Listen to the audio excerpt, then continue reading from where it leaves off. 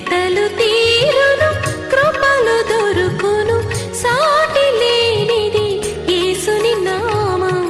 యేసునామమే మధురం, మదిలో తలచిన ధన్యం.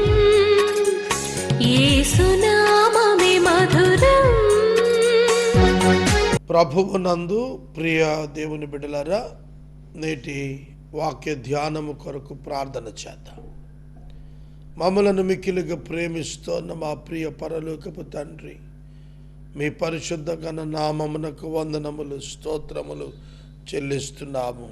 నేటి వాక్య ధ్యానము ద్వారా మీరు మాతో మాట్లాడమని వేడుకుంటున్నాము. ఘనత, మహిమ, ప్రభావాలు మీరు పొందమని మా రక్షకుడైన యేసు నామమున ప్రార్థిస్తూ ఉన్నాము తండ్రి, ఆమెన్. ప్రియమైన దేవుని బిడ్డలారా, రోమా పత్రిక 12వ అధ్యాయము 3వ వచనము నుండి 8వ వచనము వరకు ఒకే భాగముగా గుర్తించాలి. 8వ వచనములోని చివరి మాట పని జరిగింపవలెను, పని జరిగింపవలెను, పని జరిగింపవలెను. Every Christian must work cheerfully and with the mercy. సంతోషంతో పని జరిగించాలి.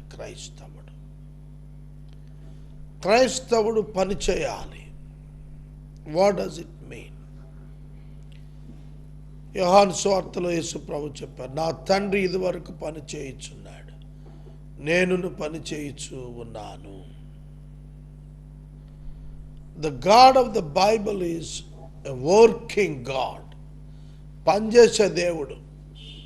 మొట్టమొదట అసలు పనిచేసిన వాడు దేవుడే. నా తండ్రి మంచి వ్యవసాయకుడు అన్నాడు యేసు యోహాను 15:1. కనుక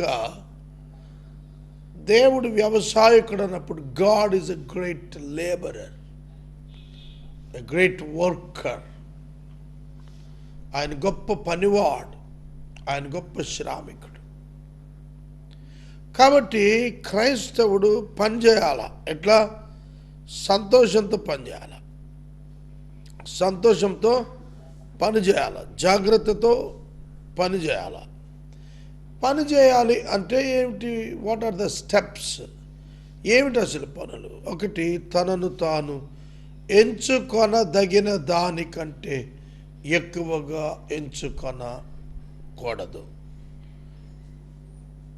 తనను తాను ఎంచుకొనదగిన దానికంటే ఎక్కువగా ఎంచుకొనకూడదు. I say to everyone among you not to think of himself more highly than he ought to think, but to think with sober judgment. చాలా తనను తాను ఎంతవరకు ఎంచుకొనవలెనో అంతవరకే ఎంచుకొనవలెను. తన స్వస్థ బుద్ధి గలవాడగుటకు తగిన రీతిగా తనను ఎంచుకొనవలెను. నీ గురించి అసలు నువ్వేమనుకుంటున్నావు? ఇది ప్రశ్న. ఒక విశ్వాసి తాను తన విశ్వాస పరిమాణము అనుగ్రహించబడిన స్థాయిని బట్టి తాను ఎంచుకోవాలి. చూడండి, ఇవాళ చాలామంది తమను తాము అధికముగా ఎంచుకొనుట చేత అనేకమైన పనులకు పూనుకుని బోల్తాబడుతున్నారు. నీకివ్వబడిన విశ్వాస పరిమాణం ఎంత? 2nd గ్రేడ్ టీచర్ చదివిన వాడు అతడు ఎక్కడ వరకు పని చేయగలుగుతాడు? 7వ తరగతి వరకు అప్పర్ ప్రైమరీ వరకు పనిచేస్తాడు. 8 నుండి 10 వరకు ఉన్నవాడు బీఈడి చదివిన వాడు అక్కడ పనిచేస్తాడు. లెక్చరర్ అయిన వాడు ఇంటర్మీడియట్లో పనిచేస్తాడు. పోస్ట్ గ్రాడ్యుయేషన్ కంప్లీట్ చేసి మరియు పిహెచ్డి ఎంఫిల్ చేసిన వాడు డిగ్రీ కళాశాలలలో పనిచేస్తాడు. ఇవన్నీ పరిణామాలు, విద్యా పరిమాణాలు. ఈ విద్యా పరిమాణములు ఒక్కొక్క లెవెల్లో ఒక్కొక్క రకమైన విద్యా అభ్యాసంలో ఉంటారు వీళ్ళు. కాబట్టి నిన్ను నీవు జాగ్రత్తగా ఎంచుకోవాలా. ఇవాళ తగుదనమ్మా అని వెళ్ళిపోకూడదు. అన్నింటికీ కూడా అన్ని పనుల్లో, అన్ని పరిచర్యల్లో, అన్ని చోట్ల నువ్వు పరిగెత్తకూడదు. నీకు నియమించిన పని, నీకు అనుగ్రహించబడిన కృప, నీకు ఇవ్వబడిన వేరు వేరు కృపావరాలు, వాటన్నింటిని బట్టి ప్రవచన వరము అయితే విశ్వాస పరిణామము చొప్పున ప్రవచించు. అర్థమవుతుందా? According to the grace given to us, let us use them. If prophecy in proportion to our faith. నీకు ప్రవచించటం, వాక్యం చెప్పేది అనుకోండి. ఆ వాక్యం చెప్పేదానిలో దేవుడు నీకు ఇచ్చిన విశ్వాస పరిమాణం చొప్పున వాక్యాన్ని చెప్పు. If you are a teacher, teach them. తర్వాత మరొక కృపావరం అయితే దాని ప్రకారం చేయి. హెచ్చరించేవాడు అయితే అలా చేయి, పంచిపెట్టేవాడు అయితే అలా చేయి. వీటన్నిటికీ మూలము శుద్ధ మనస్సు, వీటన్నిటికీ మూలము విశ్వాసము, వీటన్నిటికీ మూలము ఇంటెగ్రిటీ. ఇవి లేకుండా క్రైస్తవ పనిలో రాణించలేవు. సహోదరుడా, సహోదరి, పౌలు చెబుతున్నాడు, దేవుడే ఒక్కొక్కరికి విభజించి ఇచ్చాడు విశ్వాస పరిమాణము. విశ్వాస పరిమాణము దేవుడిచ్చాడు. ఆనాడు ప్రభు తన బోధలో వారి వారి యొక్క సామర్థ్యములను బట్టి వారికి దేవుడు ఏమప్పగించాడట? తలాంతులను అప్పగించాడట. వారి వారి సామర్థ్యాలను బట్టి. కాబట్టి అక్కడ సామర్థ్యములు దేవుడు ఎంపిక చేసినప్పుడు డిఫరెంట్గా ఎట్లున్నాయో అట్లాగే మనం కూడా గర్వించక, అతిశయించక దేవుడు మనకిచ్చినటువంటి పనిని మనం ఎంచుకోవాలా. సహోదరుడు, సహోదరి, ఈ పని విషయానికి వచ్చేటప్పటికి నేను ఒక మాట జ్ఞాపకం చేస్తాను. నిర్గమకాండంలో మోషే ఇశ్రాయేలీలందరికీ తీర్పులు తీర్చేస్తూ ఉదయం మొదలుపెట్టి సాయంకాలం వరకు అట్లాగే ఉంటున్నాడు. తగువులతో ఇశ్రాయేలీలు వస్తున్నారు. వారి టర్మ్ వచ్చే వరకు కూడా they are waiting outside. వాళ్ళు ఎదురు చూస్తున్నారు. దానికి మోషే మామ ఇతరు సలహా ఇచ్చాడు. దేవుడు ఈ పని చేయుటకు నిన్ను నియమించిన ఎడల నీవు ఖచ్చితంగా ఈ పని చేయగలుగుతావు. దేవుడు నీకు ఇచ్చిన సామర్థ్యం చొప్పున నీవు ఇది చేయగలుగుతావు. అయితే నీవు వివేకముగా ప్రవర్తించి 1000 మందికి ఒకడు, 100 మందికి ఒకడు, 10 మందికి ఒకడు విచారణకర్తలుగా చేసి వారు వ్యాజ్యం తీర్చలేని ముఖ్యమైనటువంటివి నీ దగ్గర తెచ్చుకోమన్నాడు. ఇప్పుడు ఎట్లా అయితే mandal level courts, district level courts, high court, supreme court ఎట్లా లెవెల్స్ ఉన్నావో అలా పరిమాణాలు చొప్పున ఏర్పాటు చేశాడు. ఆ హైరార్కీ బిల్డింగ్ అంతా కూడా పెట్టుకుంటూ వచ్చాడు. మనం కూడా పని చేసేటప్పుడు దేవుడు మనకిచ్చిన విశ్వాస పరిమాణం యొక్క సామర్థ్యాన్ని బట్టి మనం పనులు చేయాలి.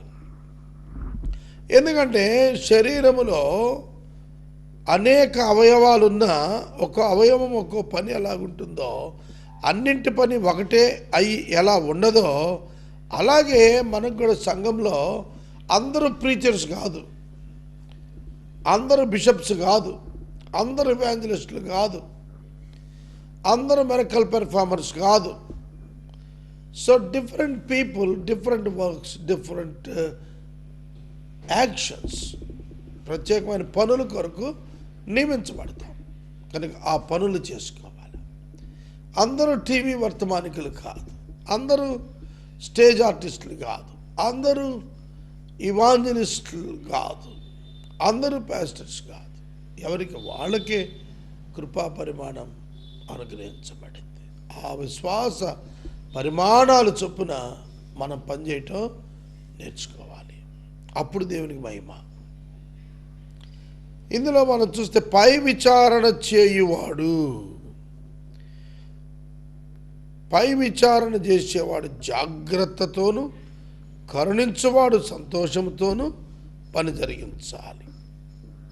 The one who does acts of mercy with cheerfulness, and the one who contributes in generosity, the one who leads with zeal, the one who does acts of mercy with cheerfulness.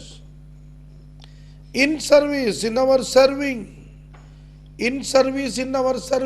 మనము పరిచర్య ధర్మం చేస్తున్నప్పుడు, ఇప్పుడు సంఘానికి ఒక అత్యవసరమైన పరిచర్య కావాల్సి వచ్చింది. ఆ పరిచర్య ఏమిటంటే న్యాయశాఖ పరిచర్య. ఇది కొత్తది, ఇప్పుడు నీడెడ్ వన్.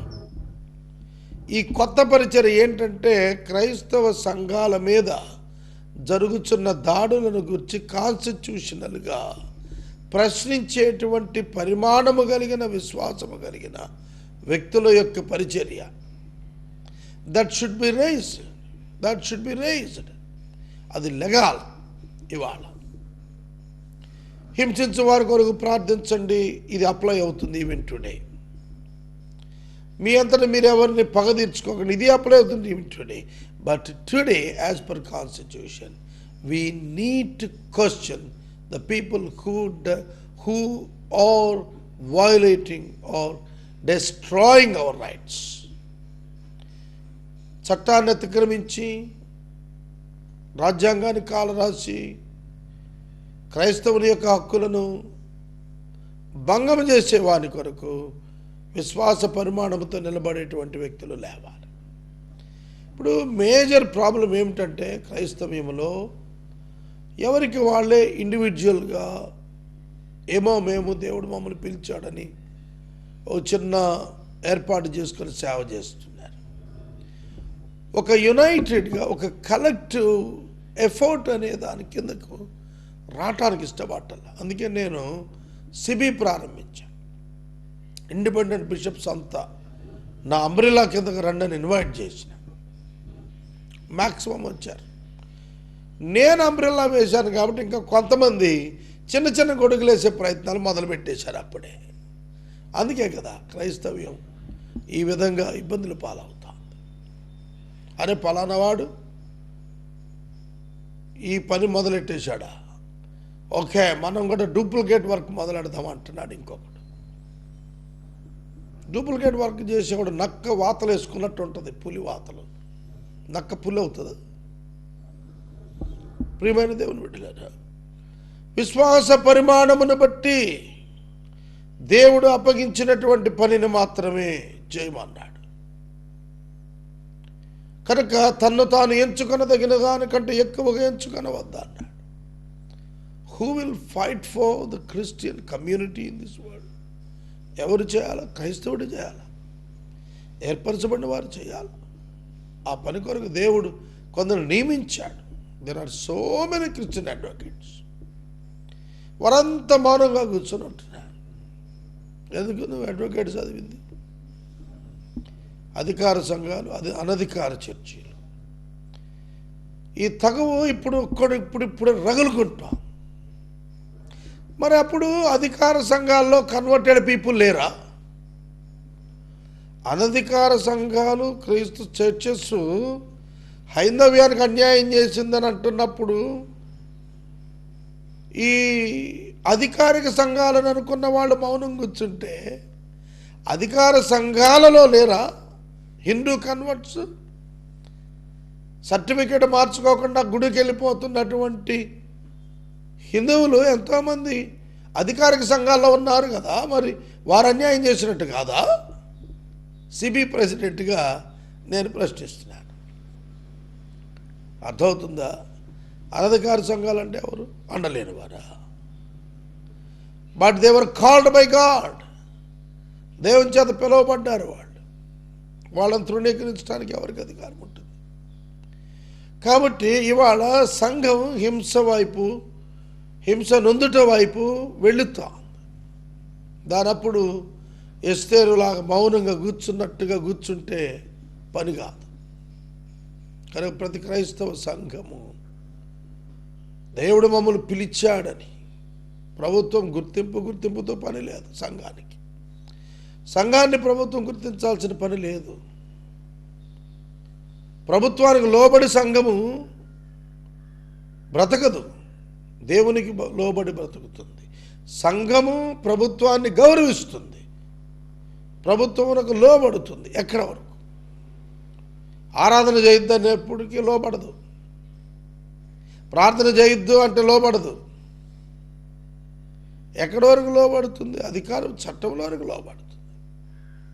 మీరు ఆరాధన మానేయండి అంటే, మీరు ప్రార్థన మానేయండి అంటే లోబడుతుందా సంఘం? లోబడదు. ప్రియమైన దేవుని బిడ్డలారా, ఇవాళ వస్తున్న పరిస్థితులు అన్ని నిశ్చితంగా అందరూ పరిశీలిస్తూనే ఉన్నారు. No one is ignorant of this.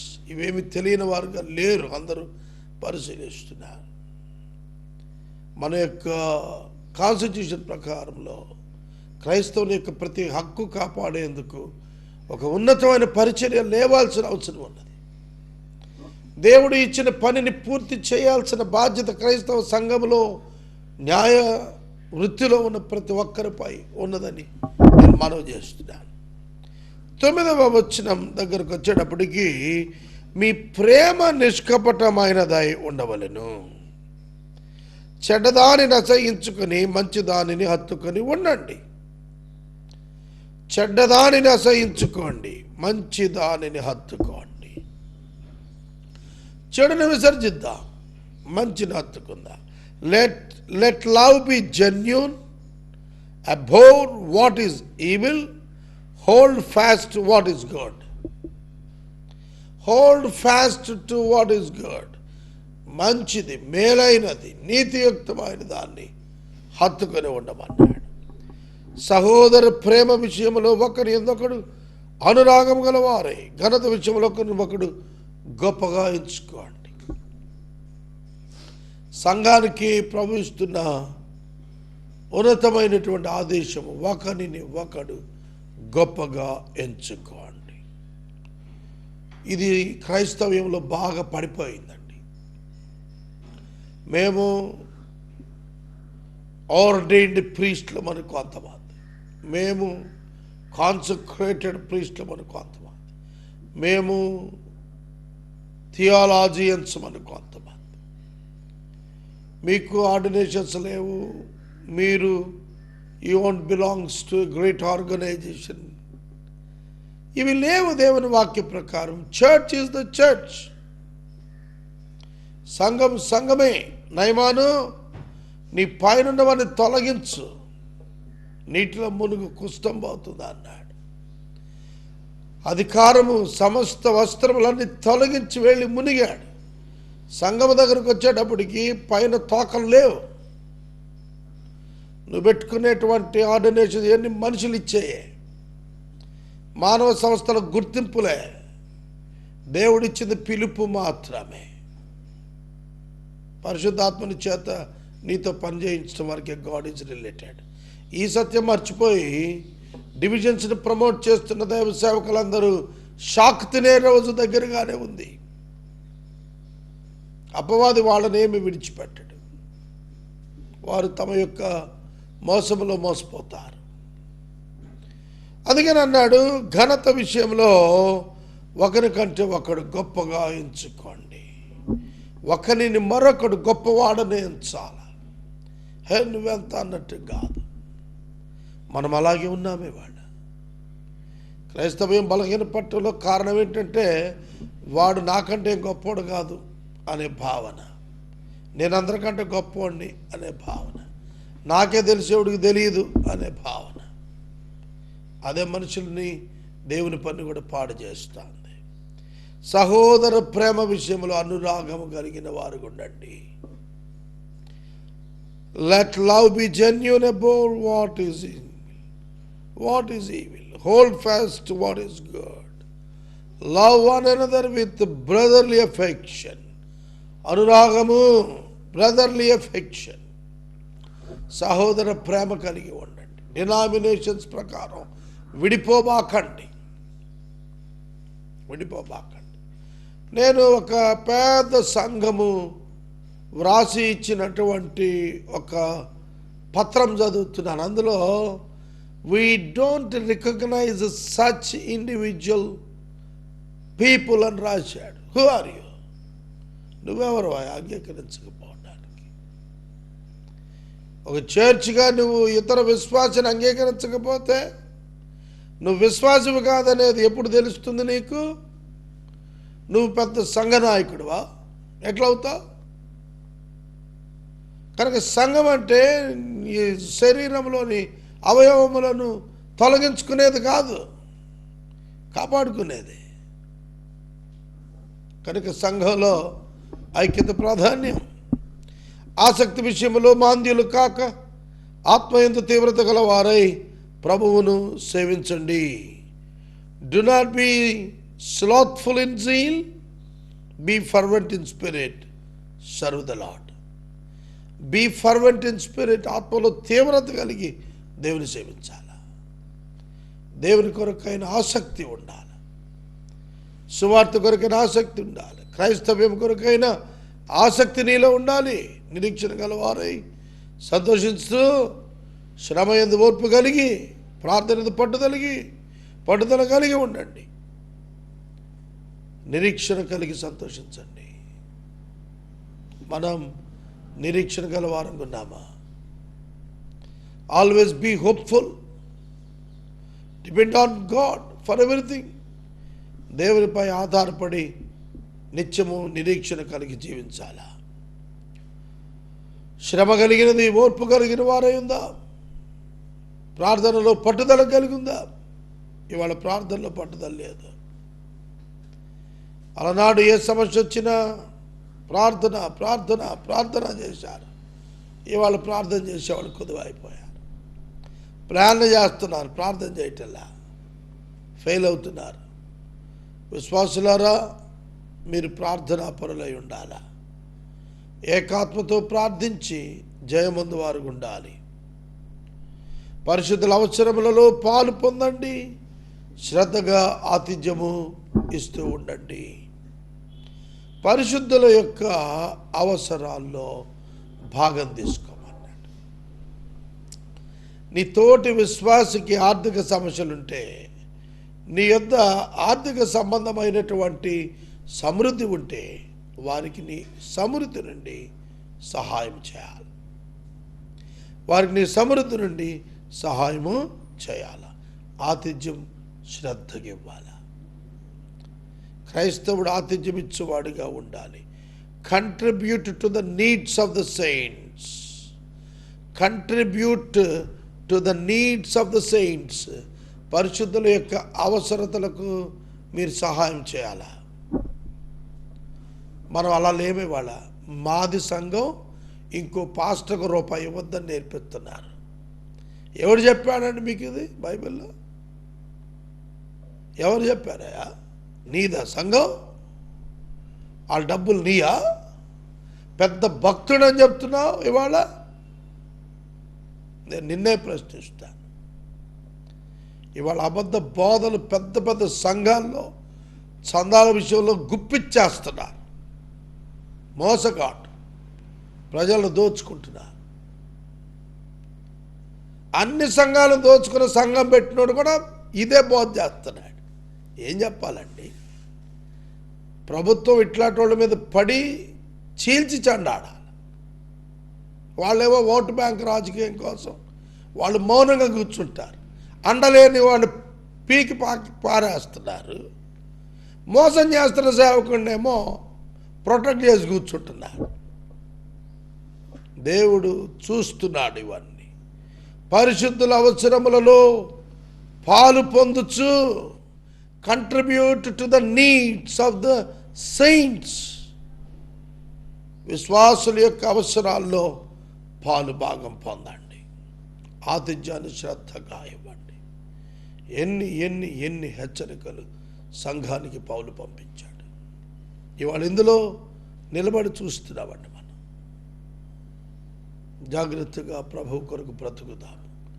ప్రార్థన. మమ్మల్ని మిక్కిలిగా ప్రేమిస్తున్న మా తండ్రి, వందనాలు, స్తోత్రాలు. వాక్యము విన్న బిడ్డలను దీవించండి.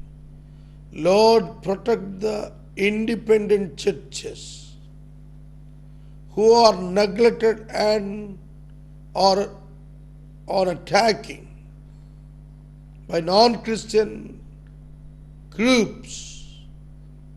దేవా, సహాయం చేసి వారిని ఆదుకోండి. మాకేమి అన్నట్టుగా ఉన్న ప్రధాన క్రైస్తవ సంఘాలతో మీరు మాట్లాడండి. క్రీస్తు శరీరం అనే స్పృహతో పనిచేయటం నేర్పండి. యేసు నామమున అడుగుచున్నాము తండ్రి, ఆమేన్. తండ్రి అయిన దేవుని ప్రేమ, కుమారుని యేసయ్య కృప, పరిశుద్ధాత్మ దేవుని యొక్క అన్యోన్య సహవాసం సదాకాలం మనకు తోడయుండును గాక. ఆమేన్.